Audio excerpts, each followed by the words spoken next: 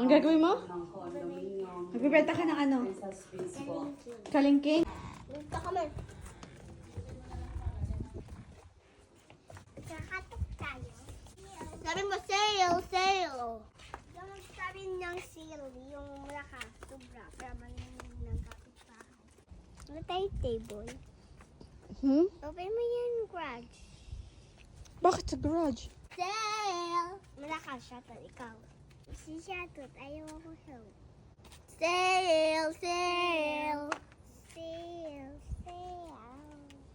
Maya ako sa kahit bahay. Magkano ba yan? Oh, 5 pesos. 5 pesos? $5. $5.